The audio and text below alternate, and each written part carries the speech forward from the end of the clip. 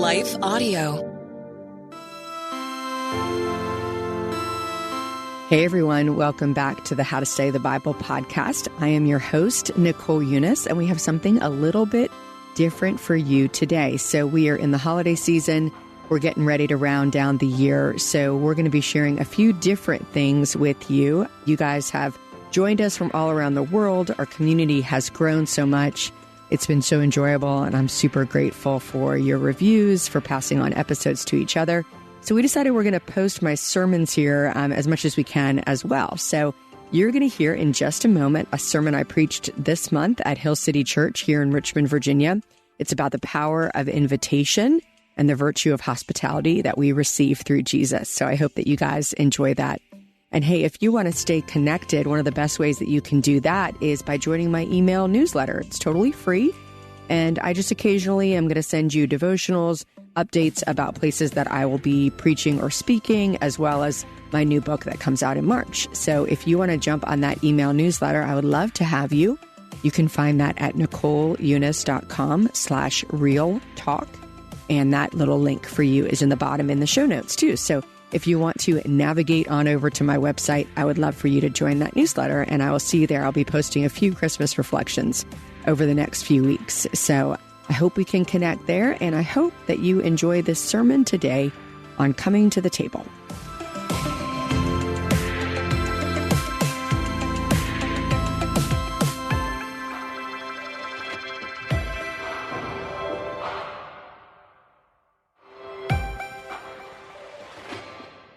So good to be together in the house of the Lord. My name is Nicole. I'm part of the team here at Hill City, and I didn't reset my notes. So just a moment, please. There we go. All right. So glad to be here with you guys. We're excited for this morning, excited about the series that we're in. And in case you didn't know it, you now have 13 and a half days left to shop for Christmas. So I bring that to our attention because I'm hearing this, we're hearing this worship song, and I'm like, oh gosh, God, you're so good. You're so generous. You're so kind. And then 2 hours from now, we'll be back in our humanity, just trying to live out this life, trying to live in these bodies that God has given us, in these expectations that we have. And man, is there a time where there's more expectation than Christmas? When you just visualize sort of what it looks like to have that perfect Christmas. And I want you to think about around the table what it would look like. And this brings all kinds of thoughts right up for us. One of those thoughts might be, man, I wish that I had a family like that I wish I had experienced a Christmas like that. Or you might be thinking, ooh, I'm the one who's supposed to be in charge of making that happen, and it never quite goes the way that I want. Or maybe you're still the very small minority of us who are like, no, I actually make a beautiful and festive Christmas. It's magical. And the rest of us would like to come to your house for Christmas. So I thought I would just bring us just a moment of levity, what it feels like, the difference between what we expect Christmas to feel like, and then when we encounter our actual humanity. Take a look at this. Scary. It's definitely a scary place to be in.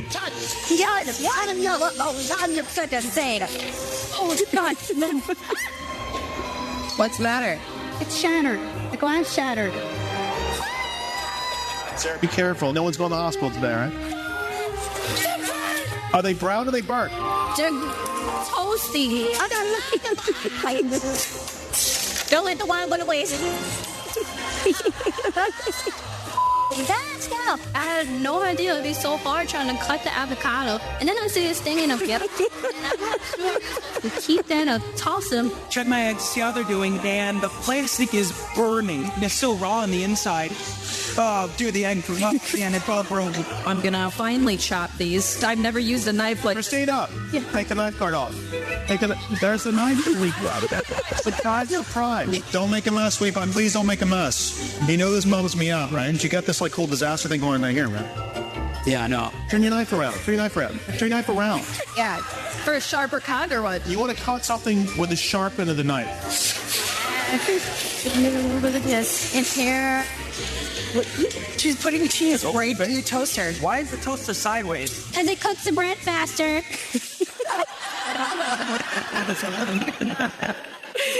Oh, So there's what we want, right? And then there's what we actually experience. And because of this concept, I wanted to bring this up because this is what I feel like in my own life. Like I want these things. I want to be a person who is hospitable and is open to people. And we're talking about this idea of inviting people in. And then I think about things like this. I think it's really important for us to understand and really break apart this idea of what God intends for us to be when it means that we would be a hospitable people, that we would be an invitational people, and break that and separate that from entertaining. Hospitality is not entertaining. Hospitality is so much deeper and fuller. It's about our spirit. It's about the way we live into the world. And God has truly given us some beautiful stories of what that hospitality looks like. So we're going to talk about that this morning. I'm going to set us up with a story from the Old Testament. I'm so excited to tell you a little story that you might not know. It's a little snippet from 2 Samuel that often gets missed. But I want us to point out, I'm going to just give you a little bit of like Theology 101 real quick as we get into this. And the reason why is because when we read the Old Testament, we want to keep in mind what its purpose is there for. These are real stories with real historical figures, with real things that happened. But because we know Jesus, we know where the story goes. We are also invited, when we read the Old Testament, to look for the way that the story might foreshadow who Jesus is for us today. So if you're a new Christian or if you've got little kids, you might know the book, the Jesus Storybook Bible. And I say if you're a new Christian because even though it's a kid's Bible, you should get it. It's one of my favorites. Oftentimes I read it before I preach, just in case I might read a story from it to you.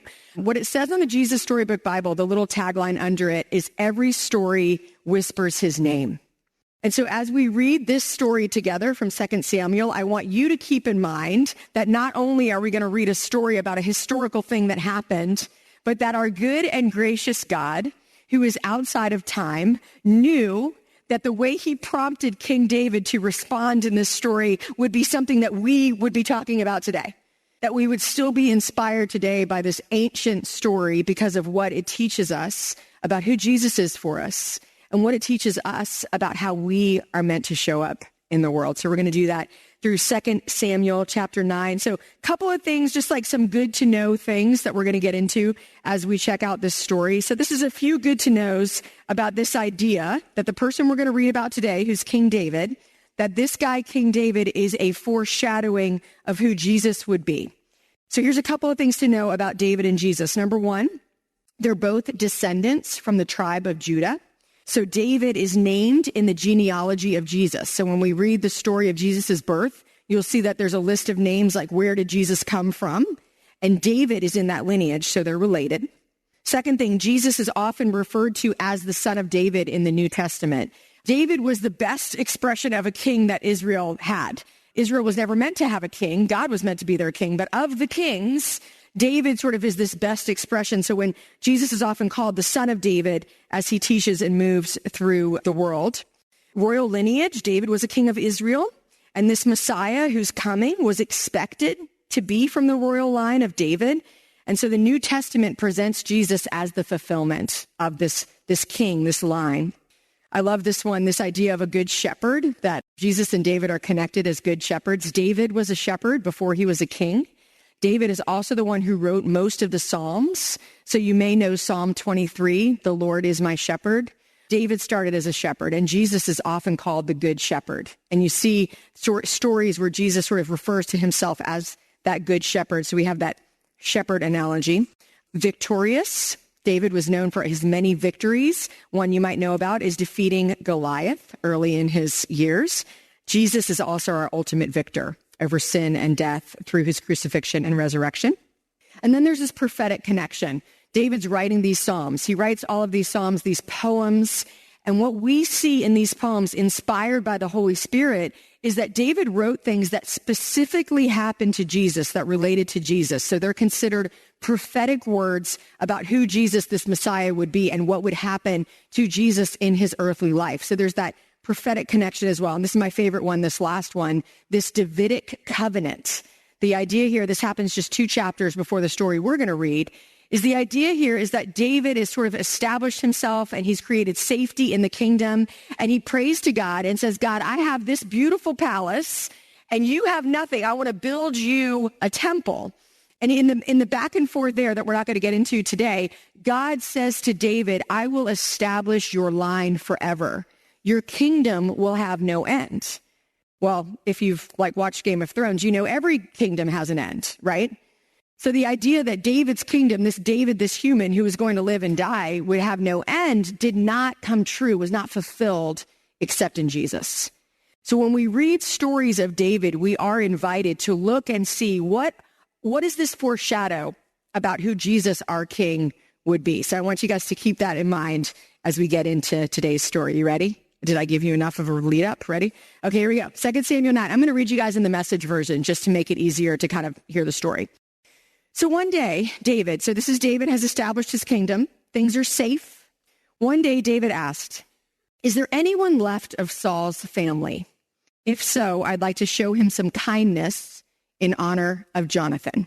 Okay, so we've got some main players here. So I'm gonna pull like a little therapist here and make you a genogram. Are you ready? I'm going to show you the story. Okay, there's this prophet. No, not red. This prophet named Samuel. The prophet anointed Saul as king. Okay, so Saul is Israel's king.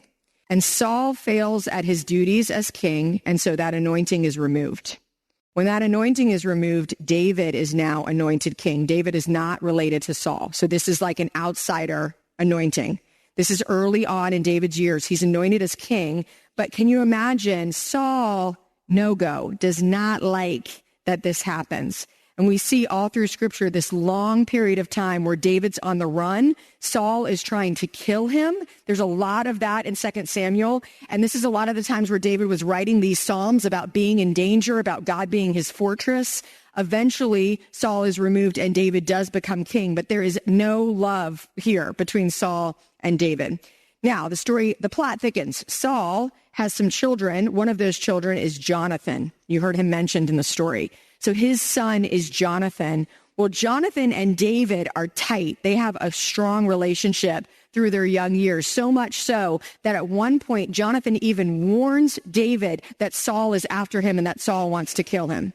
And there's a point in the story where David and Jonathan covenant their friendship that they are for one another, that they will protect one another. So in the midst of all of this animosity, we still have this relationship going on between the two of them. There's also a wife involved. I can't even get into that because this isn't a mini series. This is just a few minutes. So anyway, what you need to know is it's complicated, right? And it's kind of dirty. And the main thing that you need to know is right here. There is a lot of animosity. And by animosity, I mean trying to kill people, betrayal, deceit, murder. It's all of those things, right? This is what's going on.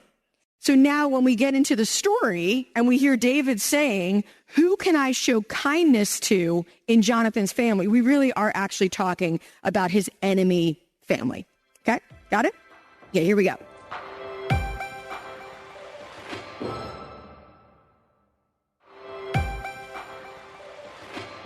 So he asked the question, who can I show kindness to? It happened that a servant from Saul's household, remember Saul, King Saul, named Ziba was there. They called him into David's presence. The king asked him, are you Ziba? Yes, sir, he replied. The king asked, is there anyone left from the family of Saul to whom I can show some godly kindness? Ziba told the king, yes, there is Jonathan's son, lame in both feet. Where is he? He's living at the home of Machir, son of Amiel in Lo-Debar. King David didn't lose a minute. He sent and got him from the home of Machir, son of Amiel in Lo-Debar. When Mephibosheth, son of Jonathan, who was the son of Saul, came before David, he bowed deeply, abasing himself, honoring David. David spoke his name, Mephibosheth. Yes, sir. Don't be frightened, said David. I'd like to do something special for you in memory of your father Jonathan. To begin with, I'm returning to you all the property of your grandfather Saul. Furthermore, from now on, you'll take all your meals at my table. David then called in Ziba, Saul's right-hand man, and told him, everything that belonged to Saul and his family, I've handed over to your master's grandson. You and your sons and your servants will work his land and bring in the produce, provisions for your master's grandson. Mephibosheth himself, your master's grandson, from now on will take all his meals at my table. Ziba had 15 sons and 20 servants. And all that my master the king has ordered his servant, answered Ziba, your servant will surely do. And Mephibosheth ate at David's table, just like one of the royal family. Mephibosheth also had a small son named Micah. All who were part of Ziba's household were now the servants of Mephibosheth. Mephibosheth lived in Jerusalem, taking all his meals at the king's table.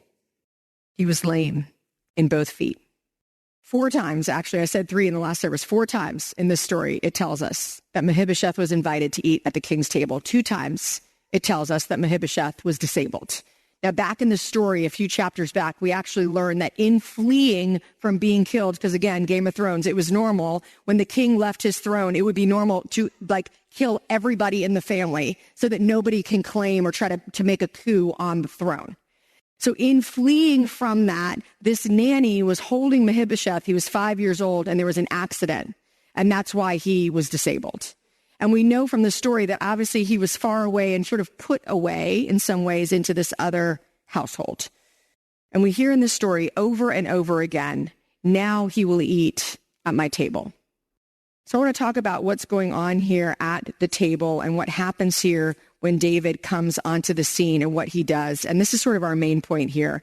We're going to look at this hospitality that David offers. And what I think is the point for us is that hospitality is a holistic welcome in spirit and in service. Hospitality is not just service, and it's not just an attitude. It's not just a way of being. It's actually both. It's very, very intentional. And we see that happening here, that when David operates in this passage that we read, he is operating very intentionally, right?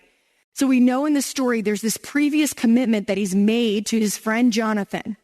And he has this moment where he's getting his affairs in order, and he intentionally takes action to live out that promise that he made. He goes to actually seek out, how can I make sure that this promise is fulfilled? We see David operating from some values, right? And in some of my work in leadership and stuff, we talk about values all the time. And one of the things I think gets shared a lot is like, hey, pick your values. Like everyone has personal values, or maybe you have some family values. And I just want to make sure that we're not confused about what the family values are as people of faith. Like those were already set for us. I mean, we can have our other little things that we might love, but the reality is if we're following Jesus, we are called to some values.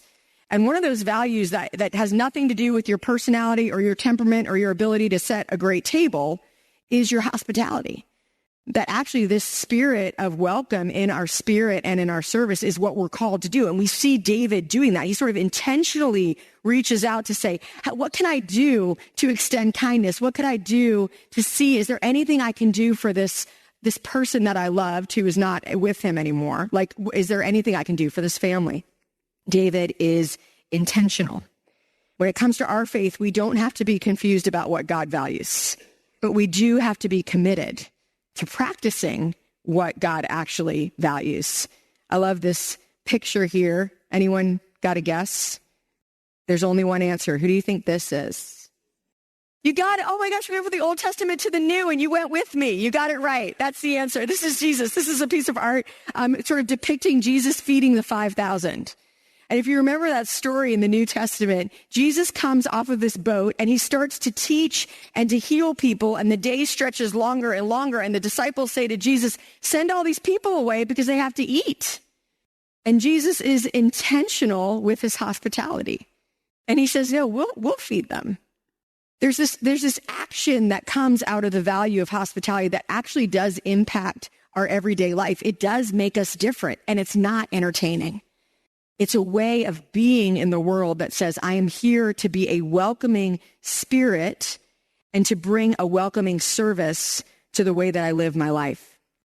A few weeks ago, I was traveling and I had a chance to stay one extra night, sort of to recover from this big teaching opportunity that I was in. And so I was staying at a nice place, and I left to go get a sandwich. And when I came back, it was like a nice enough place where they do like a nighttime service, you know, like the thing you wish someone would do for you every night, like just turn down your bed and put a mint on the pillow. And I came in, and some beautiful angel had wrapped every one of my cords up with a little Velcro strip, like my computer cord and my phone cord. And I was like, who is this person who sees me and knows me? Like they must have walked in and said, this must be a very chaotic woman. I must find a piece of Velcro and organize her cords for her before I leave this room. And I think about that. I wish I knew who that person was. I wish I could tell them. I am a preacher in Richmond, Virginia, and I talked about you because you impacted my life. Like you showed me a spirit of hospitality that is intentional, that notices things far beyond what needs to be noticed. It's a small thing, but it's a meaningful thing. And I don't know if you've ever had someone who's done that, like a person who knows when you're hungry and they bring you a snack, or a person who sees that you seem distressed when you normally aren't, or a person who holds your hands. Venus and I were just talking between services and she held my hands.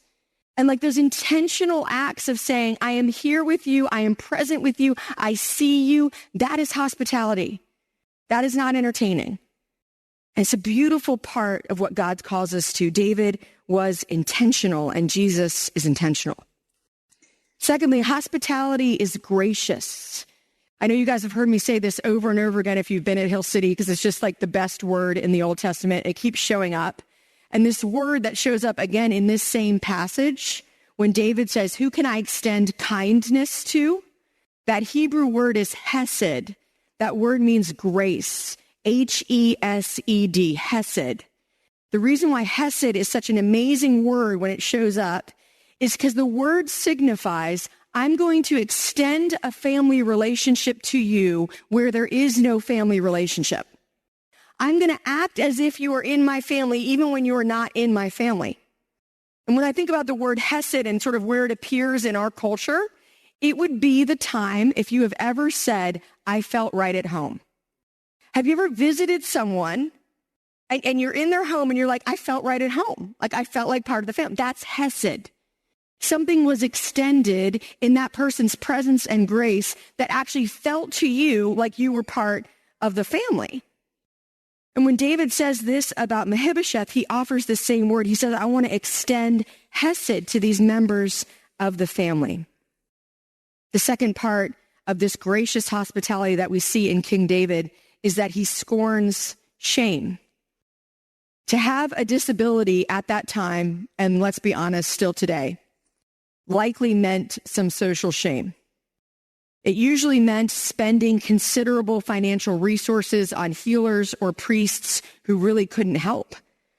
It most likely meant exclusion from physical environments that wouldn't be designed to allow a person like Mephibosheth to have access. It certainly would have impacted his vocation. It often meant social shame for the beliefs that were held at the time that a disability was seen as a punishment for sin. And we can deduce, based on Mephibosheth's reaction to David, that he himself didn't think too highly of himself. He continues with the same kind of humility throughout 2 Samuel. He obviously didn't see himself as a threat in any way to David or his kingdom. David extends a grace in inviting him to his table that absolutely scorns the shame that Mephibosheth might have felt as a less than part of society. I hope for those of you who follow Jesus, you might be following some of the foreshadowing of who our Jesus is. Jesus who intentionally sought out the marginalized, the less than, those that society did not deem powerful. He said were powerful. Those that were small, he put in the presence of others and said, see this little kid? Jesus constantly and intentionally extended grace to the margins.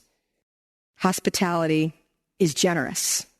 This King David wrote Psalm 23, the one I talked about just a minute ago, the one that you might know that starts, the Lord is my shepherd, I shall not be in want. Psalm 23 goes on, and David, inspired by the Holy Spirit, wrote the words, you set a table before me in the presence of my enemies. My cup overflows. And out of that overflow of David's generosity, he literally invites his enemy family to the table with him. We live in a world of scarcity in small and big ways. I grew up in a big family. I had 3 siblings, so there was 4 of us, which meant there was always like food scarcity in our house. Like for shrimp had to be counted out one by one. I asked my daughter the other day, I'm like, do we have any like scarcity in our family? She goes, cinnamon rolls. Cinnamon rolls, there's always like a problem. I remember watching a family, we were babysitting a family, and it was like the crescent rolls were a big deal. It was like, it's my week to get 1.5 crescent rolls. We live in this life where scarcity is a part of the story. And my mom, I grew up in a very generous home. My mom was extremely hospitable, always opening the doors. And I learned at an early age that even in a world of scarcity, we can choose to believe there will always be enough. We can choose to say at the end of where I think I can go with the way that I live my life, the way I invite people in, God is going to meet me there with more. But sometimes even in that, my mom would whisper to the kids, family hold back. That's FHB. That's when you let other people eat first. And you hope God's going to show up with the rest of the food because there's not enough for everyone. But guys, there was always enough for everyone. There was always enough for everyone. And I feel like in my mom's spirit, there was always like joy that we were going to run out of food. There wasn't anxiety. It was like a sign that we've opened our hearts and our home in a way that allows all these people to be here. That's hesed, that's grace, that's generosity. That's what God means when he calls us to be people who are generous. That gratitude for who God is and what he's done in our life is actually what leads to real generosity. Not obligatory generosity, not I got to do this to be a good person, but actually like an overflow of generosity. This same David, he wrote these words in Psalm 8, and I think about this overflow of generosity coming from gratitude. Listen to the tone of gratitude in this psalm. When I consider your heavens, the work of your fingers, the moon and the stars, which you have set in place. What is mankind that you are mindful of them? Human beings that you care for them. You've made them a little lower than the angels and crowned them with glory and honor. You made them rulers over the works of your hands. You put everything under their feet, all flocks and herds and animals of the wild, the birds in the sky and the fish in the sea, and all that swim the paths of the sea. See, David seemed to know that out of God's creation, out of God's abundance, out of God's goodness, his actions flowed from there. They didn't flow from a you do this for me and I'll do this for you. It was out of the goodness and the graciousness and the generosity of our God that his own grace came from that place. So Mephibosheth took all his meals at the king's table. To sit at the king's table was very significant, which is why it's repeated again and again. It's not just about like, hey, we're having our friend over for dinner every night. No, it actually signified something much more. So here's what you want to know about the table, the king's table. This is a picture of the queen's table. This is Queen Elizabeth's table. Can you imagine being invited to a table like this? And to be invited to the table was incredibly significant, particularly in the Middle East today. It still remains the same. And here's a little bit of what it means to be invited to the table. To be invited to the king's table meant a mark of honor and favor. It signified the person receiving the invitation was esteemed and held in high regard by the king. It was actually a gesture of respect. Imagine that. To be invited to the king's table was a sign of an elevated social status. It was a way for a king to acknowledge and include individuals of importance in his sphere. To be invited to the table created an alliance of loyalty and support. It was a way of saying, this person's with me. It might be about a political alliance, but it was also a way to build relationships with influential figures. Imagine being Mephibosheth, invited to the table. To eat together was a symbol of trust. It was a communal act. To be invited to the table sort of brings a level of camaraderie and a way for a king to show that a person is not only respected, but considered a close personal friend. And finally, and maybe most importantly, to be invited to the table was about a covenant of friendship. Sharing a meal was a way to establish or confirm covenants. And in the ancient Near East, if you eat a meal together, it is an act of unity. We don't share a meal together unless we're good. We're okay. And here King David is, prompted by the Spirit to be intentional in his actions, to ask Mephibosheth to come to his table. And our Jesus also invites us to come to a table. When we think about what it means that we would follow a God who invite us to a table, it is an amazing and beautiful thing. And so we want to take a minute, and we're actually going to take a pause here for a second to listen to a story here from our own community that I think really beautifully represents what a spirit of hospitality feels like and how it's received. So just know this story is about Hill City, but if you're here visiting or you're with a friend, this isn't just about Hill City. It just happens to take place here. This is actually a story about what a community of people who embody a spirit of hospitality actually look like. So take a look at this video. In 2014, we relocated to Richmond, and we came here from another community where we had a lot of church, and we really lost that church and lost that community when we first moved to Richmond. So then 7 years ago, our daughter was... She was just a couple months old. Yeah, tiny. Yeah, and so that's when Matt and Emily had put a post on Facebook about them going to Easter service. And so we're like, sure, like, let's go to Easter service. That would be fun. I'll never forget, after the service, the Lamberts, they like turned around and they were so excited to meet us, just welcomed us and open arms and hugged on us. They ran up to us almost after the service and wanted to say hi to our baby. And But it was just, it was that click. Well, it just was different, right? Like there was something about Hill City when we went there the first time and continuing where like it didn't feel churchy, I guess, if that's a word, just people who enjoyed being around each other, and it wasn't just an obligation to go to church on Sunday. Our journey grew too. So we had our first child, and then when we had Lydia, like the church stepped up there too. So when our second child was born, she was born medically complex with lots of extra things going on. She was still in the hospital when Cara and some of the children's ministry team started reaching out, and they're like, what would you need to feel comfortable for Lydia to come to church? And I'm like, I haven't even figured out how to get her out of this building.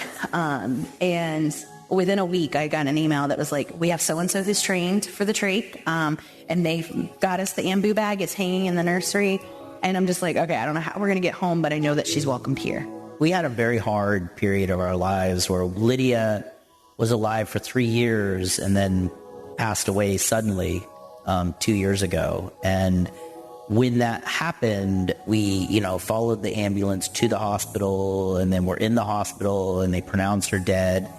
And it, you never, like, what are you going to do when that happens, right? And then, like, the next thing we know, a nurse came in and said there was a gentleman that was with your church and a woman, and the gentleman had tattoos all over him. And Matt said he was the care minister, and they didn't believe him. And we're like...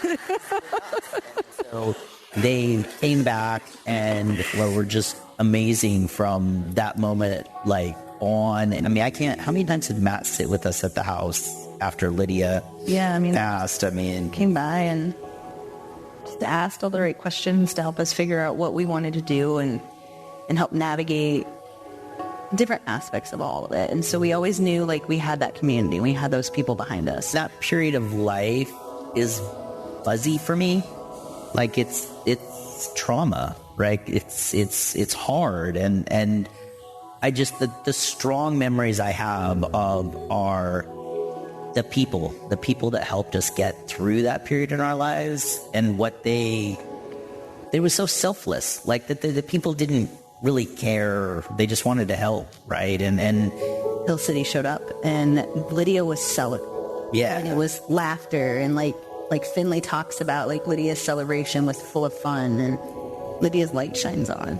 And I think that, like, finding Hill City let us find that light. And people came up to us after the celebration of life, and they were like, what was about, like, where do you go to church, and asking. And we've had several friends that have come to Hill City after going to the celebration of life and, like, seeing that, and they saw that community there. And so 3 or 4 people that come to Hill City because of Lydia passing. We knew them in different capacities, and now we know them as church members and as fellows Christians in Christ. And I just remember John, when he was preaching that day, and he's like, yes, you'll be there for the Shays today, and you'll be there tomorrow, but will you be there in 6 months? And will you be there in a year? And will you be there in 2 years? And I think that that's true, that people are still there, right? I mean, that even after 2 years, the Hill City as a community is still there for us as a family and us as as individuals. If we made another map of that life, you would see all of these little ways that a spirit of hospitality infused that experience around Lydia's life, around Lydia's death, and even those who are here because of it.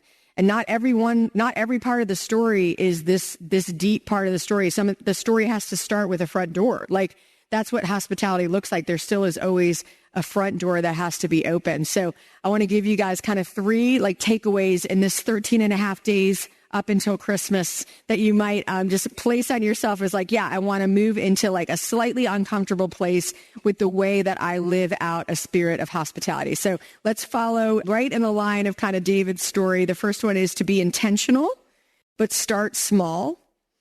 You don't have to set the king's table to set a table. You can do a lot of little things in life. We have some new friends, Ann and Brad, and a couple months ago, we just decided to start doing Monday night dinner. And the only rule is you show up and you don't bring anything and you don't clean up, and it's okay if it's takeout, and it's okay if you stay for 20 minutes. And we just take turns back and forth. Very, very low key. But those are the kind of small things that build relationships, right? That same family, they're so hospitable, they're so great. The day after Thanksgiving, they had their first annual big money bingo night. And we all just went, and we really, literally, just like regular people, not even senior citizens, we all just played bingo. It was so fun. And it was crazy because Ann and Brad had that spirit of hospitality. So in the room were all of these different relationships, different ages, people who didn't know each other, because they're always about inviting one more person. They're so inspiring to me because it's so low key. It is intentional, but it's small. And intentional and small is open to all of us, because honestly, if you ask your coworker to join you for Christmas Eve service, what's the worst thing that's going to happen? They're going to think you're a Christian? I hope they knew before. And maybe they're going to say yes, maybe they'll say no, but that's pretty much the worst thing that's going to happen. So it's a little uncomfortable. Yeah. Do you feel a little socially awkward with people? Sure, we all do. But it's okay to feel a little uncomfortable, because hospitality is a way of being in our spirit. And it's acts of service. So be intentional, but start small. Family dinners, bingo nights, build some rituals, maybe even this season. Secondly, be gracious, but don't be weird about it. What do I mean by this? Well, a true heart of grace actually comes out of our deepest acceptance that we ourselves are the ones who don't deserve a seat at the table, but that Jesus himself has extended that seat to us, that we ourselves are the ones who are vulnerable and weak and needy, and we ourselves are the one who experience shame, and Jesus is the one who removed that, and he invited us to the table.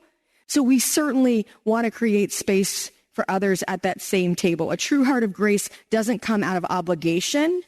It comes out of an overflow, right? It's a generous overflow. Finally, be generous as an overflow, not as that obligation.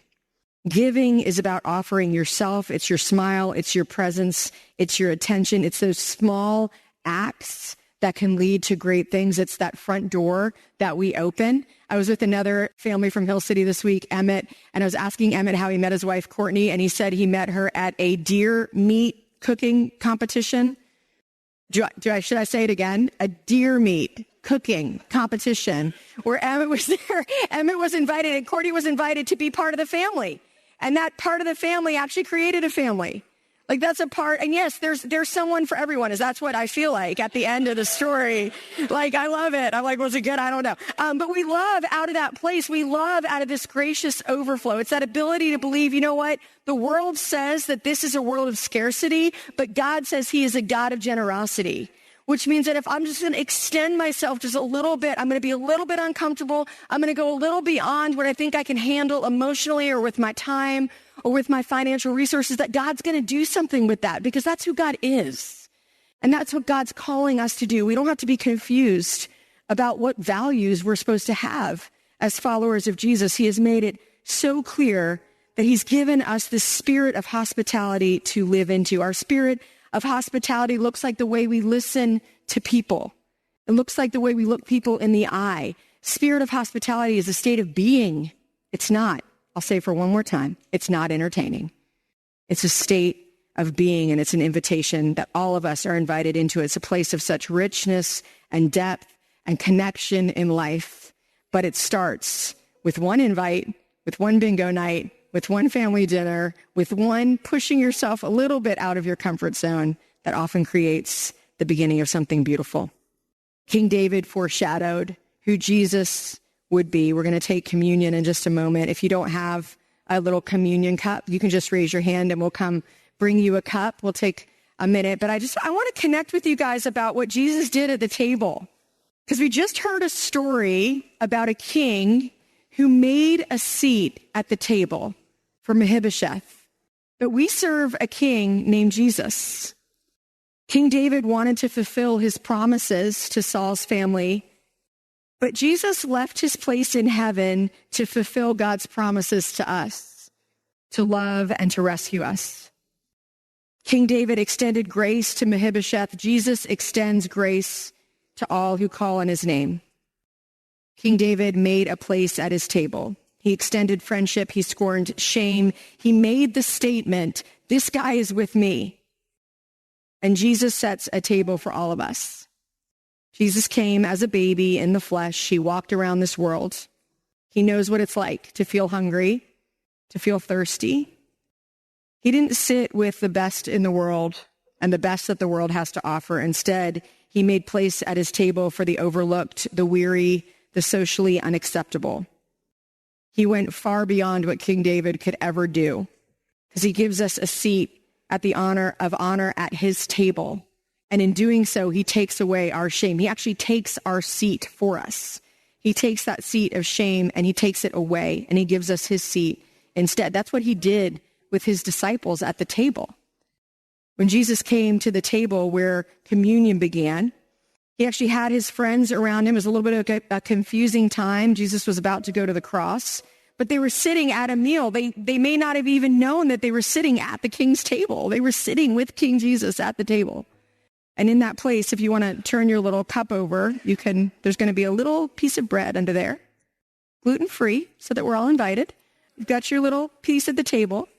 And Jesus was with his friends, and he took the bread that was on the table, and he broke it in front of them. And he said, this is my body broken for you. Do so in remembrance of me. And why did he say that? Because he was actually going to be broken. His body was going to be broken for his people. He was going to make a new promise in which he would remove the seat of shame and replace it with a seat of honor. And he says, I'm the only one who can do that. I am the way, the truth, and the life. If you come to the Father, you come through me. Come through me to the table. Go ahead and take and eat.